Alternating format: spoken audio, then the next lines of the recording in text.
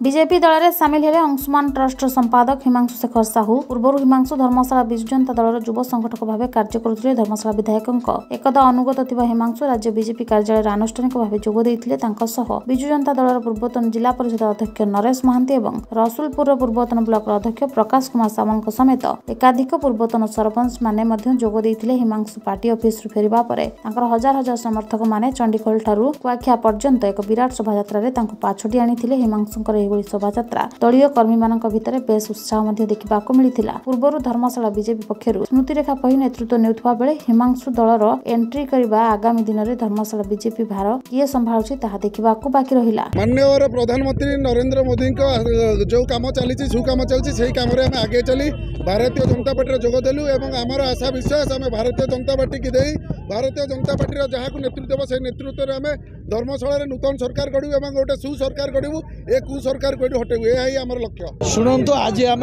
प्रथम राज्य BJP party office रे विजु जनता दल सीधासल भाव में जोग देलु। आज आरंभ है धर्मशाला दुर्नीति दूर करने तार प्रथम पाहचटा।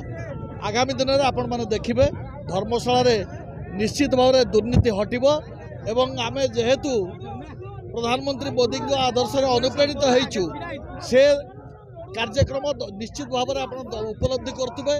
सारा राज्य में निश्चित एथरक बीजेपी सरकार हम धर्मशाला बीजेपी प्रार्थी जहाँ को आम करूँ से निश्चित भाव में जीतब एथर संदेह नहीं। धर्मशाला दीपक कुमार मलिक रिपोर्ट कामयाब टीवी।